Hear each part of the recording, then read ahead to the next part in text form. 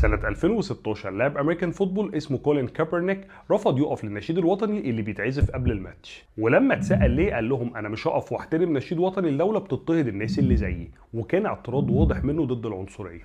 الدنيا ولعت والجماهير هاجمته جدا وفي سياسيين طالبوا بطرده، والنتيجة ان كولين ملقاش ولا فريق راضي يضمه، يعني اتمنع من اللعب بس بشكل مش رسمي. وهنا بقى المفاجأة، سنة 2018 شركة نايكي كانوا عايزين يعملوا اعلان عالمي بمناسبة مرور 30 سنة على شعارهم جاست دو ات. عارف بقى ان هم جابوا كولين؟